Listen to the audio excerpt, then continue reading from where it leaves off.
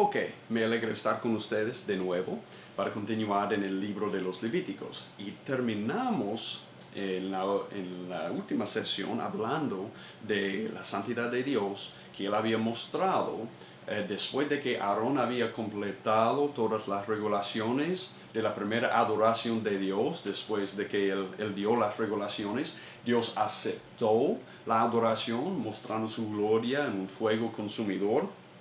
Y también tenemos después la historia, el narrativo tan triste de Nadab y Abiú, cuando ellos desobedecieron las instrucciones tan claras de Dios de cómo acercarse a Dios en la adoración. Ellos presentaron fuego extraño. En capítulo 10, del 1 a 13, ¿qué pasó? Ellos murieron porque Dios no había ordenado ese fuego, no había ordenado esa manera de acercarse a Él. Entonces, por eso ellos murieron, y eso nos enseña algo muy importante. Cuando Dios nos ha dado una manera de acercarnos a Él, debemos poner atención, porque Él es un fuego consumidor. Él no trata con el pecado. Él tiene que destruir el pecado en su presencia. Y Cristo es el único camino al Padre, y cualquier persona que quiere acercarse al Padre fuera de Cristo va a ser consumido. Entonces, lo que hemos visto hasta ahora es la manera de que la gente se debe adorar a Dios por las ofrendas. Hemos visto la primera parte de este sistema de sacrificios que Dios puso en lugar para expiar el pecado del pueblo cuando ellos fallaron en presentar sus ofrendas en la adoración y en obedecer la ley. Y ahora vamos a ver, en lugar de estudiar el día de expiación primero, vamos a ver la tercera parte del libro de los Levíticos, que es el código de santidad. ¿Cómo se llama? El código de santidad. Estamos hablando de los capítulos 11 a 15 y 18 a 27. Vamos a ver estas secciones juntas, pero estamos hablando del código de santidad, y en este código de santidad muchas veces perdemos en los detalles porque estamos pensando, wow, esto tiene que ver con muchas cosas que no vemos hoy día, como tipos de alimentos que pueden y no pueden comer los israelitas, incluso que pueden tocar y no tocar, cuáles leyes relativas a la limpieza ritual en el parto, y cuando alguien tiene lepra, entonces cuáles son las leyes y reglas sobre la pureza ritual y ceremonial en el pueblo de Israel, y también instrucciones sobre qué hacer si alguien tiene un descarga corporal. Y pensamos, wow, ¿qué tiene que ver esto con nosotros? Tiene mucho que ver con nosotros. No estamos bajo las mismas leyes porque tenemos estas leyes cumplidas en Cristo, y vamos a ver esto.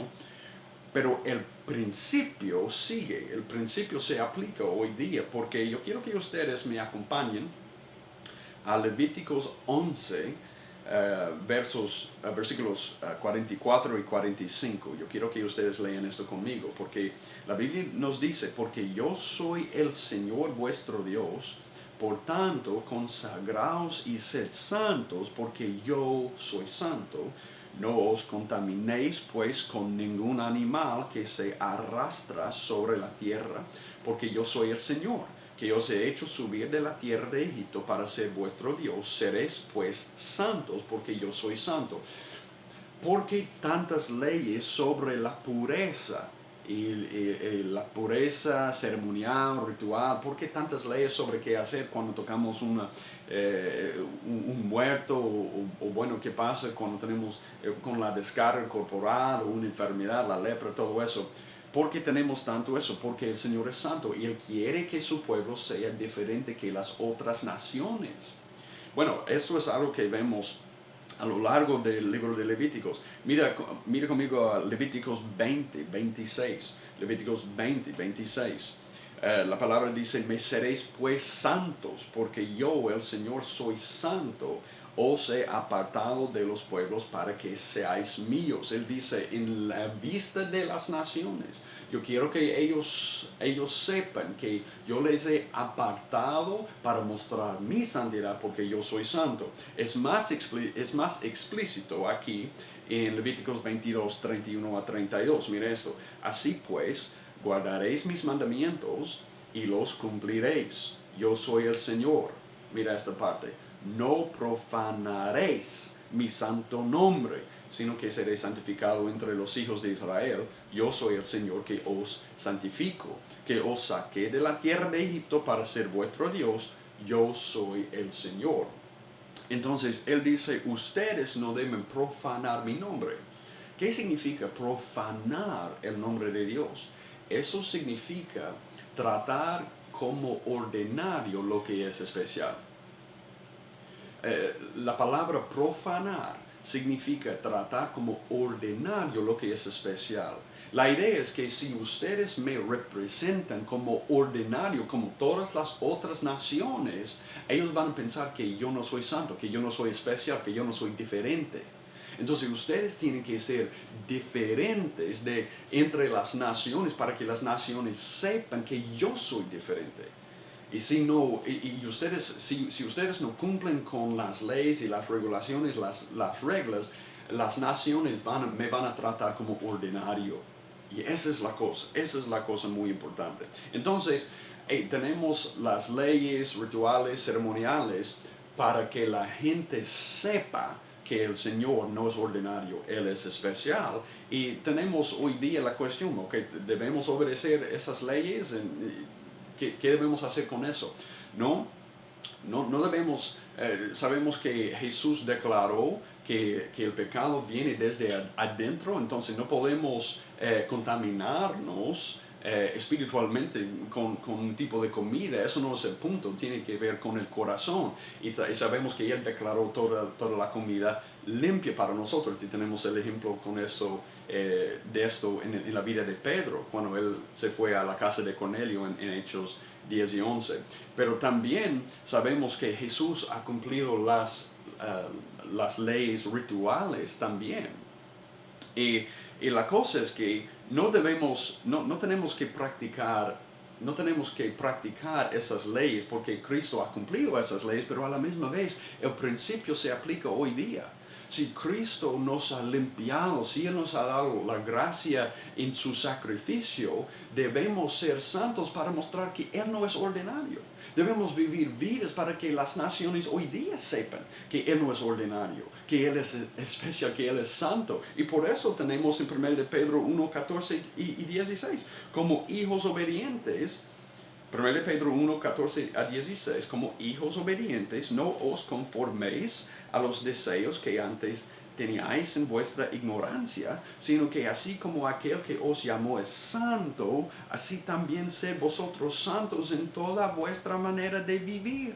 Porque escrito está, sed santos porque yo soy santo. Todavía representamos a Él en nuestra santidad. Debemos reflejar la santidad de Dios con nuestra santidad. Y a la misma vez tenemos comida que nos separa, que nos aparta de este mundo. Se llama la Santa Cena. Cuando tomamos la Santa Cena, de la misma manera que ellos tenían comida específica para apartarse de las otras naciones, tenemos la Santa Cena para decir que somos diferentes que el mundo. Tenemos una comida especial. Y también, como ellos tenían las leyes ceremoniales para tratar con la impureza, Jesús nos ha dicho que el bautismo simboliza lo que Él ha hecho a nosotros para purificarnos. ¿Sí? Que no solamente estamos identificados con Él en su muerte y resurrección, pero también en su pureza del pecado, que Él nos ha lavado con la regeneración del Espíritu Santo. Entonces, de la misma manera, tenemos una manera de mostrar una comida específica y la pureza que tenemos en Cristo. No es la misma y no estamos bajo la ley, pero tenemos una manera de separarnos y apartarnos para que el mundo sepa que Cristo es Rey y Él es un Rey santo. Él es diferente, Él no es ordinario, Él es santificado. Ok, ahora hemos llegado al Yom Kippur. Yom Kippur, yo quiero explicar que Yom Kippur es el nombre hebreo para el día de expiación. Y este día es tan importante, es tan importante. Yo quiero recordarles ahora que hemos visto 3 partes del libro de los Levíticos. Primera parte, cómo se debe acercar el pueblo de Israel a Dios. La segunda parte, cuando fallan, Dios puso en lugar un sistema de sacrificios. Y la tercera parte, cómo deben vivir en santidad, en el código de santidad para representar a Dios, dado su gracia y misericordia. En el medio de la segunda parte, que tiene que ver con el sistema de los sacrificios, tenemos Yom Kippur, que es el día de expiación. Yo quiero que ustedes sepan que este es el centro de la ley de Moisés. Si tú contaras todas las palabras en hebreo, desde Génesis hasta Deuteronomio, tú encontrarás el medio exacto, es Levíticos 16. El medio exacto de la ley es Levíticos 16, que es el día de expiación. Es como si todo el resto de la ley de Dios apuntara a este día como el centro, como la cima, como el pináculo de toda la ley. Porque ese es el día que tiene que ver no solamente con la culpa, porque todas las ofrendas y los otros sacrificios tenían que ver con la culpa del pecado. Pero este día tiene que ver con reconciliación con Dios. Porque no hemos visto una provisión para la reconciliación con Dios. Un día al año, el sumo sacerdote entró en el lugar santísimo para cumplir con el día de expiación. No solamente para expiar la culpa, pero para dar a la gente reconciliación con Dios. Y obviamente apuntarnos a Yom Kippur, el día de expiación verdadero en Cristo. Yo quiero que ustedes vean, aquí es el tabernáculo. Y bueno, mi dibujo no es muy bueno, pero aquí está. Y este es el tabernáculo con diferentes partes. Y yo voy a dar una lección más amplia sobre estas partes y sobre cómo relacionan a Cristo. Pero yo quiero que ustedes vean parte de esto ahora. Tenemos aquí un altar y un lugar para lavar los utensilios fuera del tabernáculo. Aquí tenemos otro velo, y estos instrumentos son de bronce. Tenemos un velo, y aquí tenemos parte del lugar interior del tabernáculo. Aquí es el candelabro, ¿sí? Aquí es el altar de oro. Aquí es la mesa de pan. Y aquí tenemos otro velo que tiene 3 colores. Y vamos a discutir esto un poco más adelante. 3 colores aquí, azul, rojo y morada. Y dentro tenemos aquí el lugar santísimo. Y en el lugar santísimo tenemos el arca del pacto. Sobre el arca del pacto tenemos algo que se llama el propiciatorio. ¿Sí? El propiciatorio es una palabra en griego que es hilasterion, y esa es la misma palabra que se usa en 1 de Juan 2:2, cuando leemos que tenemos un abogado para con el Padre, Jesucristo, que es la propiciación no solamente para nuestros pecados, pero para los de todo el mundo. Él es la propiciación. Esta palabra proviene del propiciatorio. El arca del pacto, yo quiero que ustedes vean esto, por encima es este propiciatorio, que es la tapa. Dentro del arca tenemos los 10 mandamientos en las tablas, y tenemos aquí los querubines que Dios había ordenado que pusieran sobre el arca del pacto. Pero ese lugar de propiciatorio es donde el sacerdote rociaba la sangre después de sacrificar el holocausto. Y la palabra propiciación significa aplacar la ira. ¿Okay? Cualquier contexto significa aplacar la ira. Y aquí tiene que ver con aplacar la ira de Dios. Entonces yo quiero que ustedes piensen en eso mientras hablamos de lo que Aarón hizo en este día.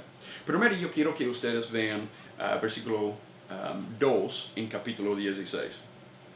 Versículo 2 en capítulo 16. Dijo el Señor a Moisés: di a tu hermano Aarón que no en todo tiempo entre en el lugar santo detrás del velo delante del propiciatorio que está sobre el arca, no sea que muera, porque yo apareceré en la nube sobre el propiciatorio. Entonces tenemos la presencia de Dios, no en todo el tabernáculo, sino aquí en el lugar santísimo. Y Él iba a aparecer sobre. Entonces, si ustedes se pueden imaginar esto, tú tienes el arca del pacto aquí y la presencia de Dios, si estuvieras mirando desde arriba, Eso sería la perspectiva de Dios. Él descendió desde arriba y su presencia estaba aquí sobre el arca del pacto. Esa es la idea, sobre el propiciatorio. Y eso es muy importante. Lo que Aarón tuvo que hacer primero es expiar o hacer un sacrificio por su propio pecado, porque si la gloria está en este lugar y Aarón entró, o cualquier sumo sacerdote entró con su propio pecado, hubiera muerto inmediatamente. Mira versículos 3 a 6. Aarón podrá entrar en el lugar santo con esto, con un novillo para ofrenda por el pecado y un carnero para holocausto. Se vestirá con la túnica sagrada de lino y los calzoncillos de lino estarán sobre sus carnes y se ceñirá con el cinturón de lino y se cubrirá con la tiara de lino. Estas son vestiduras sagradas. Lavará pues su cuerpo con agua, se vestirá con ellas, y tomará de la congregación de los hijos de Israel 2 machos cabríos para ofrenda por el pecado, y un carnero para holocausto. Entonces Aarón ofrecerá el novillo como ofrenda por el pecado, que es por sí mismo, para hacer expiación por sí mismo y por su casa. Entonces tenemos a Aarón haciendo expiación. Pero ¿qué hace? Él nunca entra en el lugar santísimo sin sangre. De hecho, él tiene una pala con brasas calientes y la sangre de este novillo rociada sobre las brasas, y él entra con un brazo extendido primero para que Dios en su gloria aquí en el lugar santísimo para que él vea la sangre primero, porque es la sangre que aplaca la ira de Dios, ¿sí? Entonces él entra así. Yo quiero que ustedes sepan que ellos habían atado a su vestidura, habían atado campanas para que pudieran oír desde afuera del tabernáculo el movimiento de Aarón. Porque ellos sabían si él se cayera, sí, ahí, y ellos no oyeron más de las campanas, él había hecho algo malo y había muerto en la presencia del Señor. Tenían también atado una cuerda alrededor de su pierna para que pudieran jalarlo afuera, muerto, para que pudieran jalarlo desde fuera del tabernáculo si él hiciera algo malo y si él muriera. Entonces esa es la seriedad de este momento. Campanas para oír del movimiento y una cuerda, solo acaso que él muriera. Entonces tenemos aquí en versos 13 y 14 esto: pondrá incienso sobre el fuego delante del Señor, para que la nube del incienso cubra el propiciatorio que está sobre el arca del testimonio, no sea que Aarón muera. Mire esto: tomará además de la sangre del novillo y la rociará con su dedo en el lado oriental del propiciatorio. También delante del propiciatorio rociará con su dedo 7 veces de la sangre. 7, el número de la perfección. Eso es lo que pasó. Él degolló este sacrificio, este novillo, ¿sí? Y él puso la sangre sobre las brasas calientes, y cuando él entró, yo quiero que ustedes vean esto, cuando él entró, él con su dedo rociaba la sangre de ese sacrificio 7 veces sobre el propiciatorio. Luego, y vamos a ver lo que él hizo con el pueblo, él se volteó y rociaba la sangre 7 veces hacia el pueblo. Eso es lo que él hizo la segunda vez que él entró para rociar la sangre. Pero yo quiero que ustedes vean el significado de eso. Y bueno, esto es bien significativo. Él rociaba la sangre sobre el propiciatorio. Recuerda lo que la palabra significa: aplaca la ira. Dios está arriba mirando a través del propiciatorio para ver las tablas de la ley. Todo el pueblo está congregado afuera del tabernáculo y Dios está mirando sus mandamientos y cómo todo el pueblo ha quebrantado la ley de Dios, y su ira está contra ellos y contra Aarón, y él entra y rocia sangre sobre el propiciatorio entre Dios y la ley. Tenemos la sangre entre Dios y la ley, y esto es una gran imagen de Cristo, ¿no es? Eso es lo que Él hizo por nosotros. Por eso Él es la propiciación, porque Él aplacó la ira de Dios con su propia sangre para cubrir nuestras ofensas de la ley de Dios y para darnos la justicia que no podemos lograr por nosotros mismos. Es la sangre que aplaca la ira de Dios y sirve como propiciación por nosotros. Y tenemos una gran imagen de esto aquí. Luego, después de que Aarón había ofrecido un holocausto para su propio pecado, ahora tenemos Aarón haciendo esto para el pueblo también. Esto comienza en verso 15, que dice esto: después degollará el macho cabrío de la ofrenda por el pecado que es por el pueblo, y llevará su sangre detrás del velo, y hará con ella como hizo con la sangre del novillo, la rociará sobre el propiciatorio y delante del propiciatorio. Eso es lo que yo dije antes: 7 veces sobre el propiciatorio, 7 veces hacia el pueblo, para que Dios viera la sangre entre su presencia y la ley, y también que la gente simbólicamente están cubiertas con la sangre de este sacrificio. Versículos 21 a 22. Después Aarón pondrá ambas manos sobre la cabeza del otro macho cabrío y confesará sobre él todas las iniquidades de los hijos de Israel y todas sus transgresiones, todos sus pecados, y poniéndolo sobre la cabeza del macho cabrío, lo enviará al desierto por medio de un hombre preparado para esto. El macho cabrío llevará sobre sí todas sus iniquidades a una tierra solitaria, y el hombre soltará al macho cabrío en el desierto. Y esa es la idea. Tenemos un macho cabrío que fue matado para rociar la sangre, otro sobre lo cual Aarón confesó las iniquidades del pueblo como chivo expiatorio, y lo envió fuera del campo para simbolizar la expiación del pecado de la gente, que su pecado fue removido de ellos, fue quitado de ellos. Y esa es la idea cuando Cristo murió fuera del campo, fuera del campamento, por nosotros, que Él murió como este chivo expiatorio. Con su sangre nos ha cubierto, y Él ha llevado, Él ha quitado nuestros pecados lejos de nosotros, como dice Salmo 103, 12, que Él ha quitado de nosotros nuestros pecados. Entonces, esto es un estatuto que va a existir que iba a ser celebrado para cada año. Mira lo que dice versículo 30, porque en este día se hará expiación por vosotros, para que seáis limpios. Seréis limpios de todos vuestros pecados delante del Señor. Ok, vamos a terminar ahí, y vamos a hablar la próxima vez de cómo este tabernáculo nos muestra en detalle quién es Cristo, y también cómo este día de expiación nos guía a Hebreos para ver el sacrificio que Cristo hizo por nosotros cumplido una vez para siempre. Amén.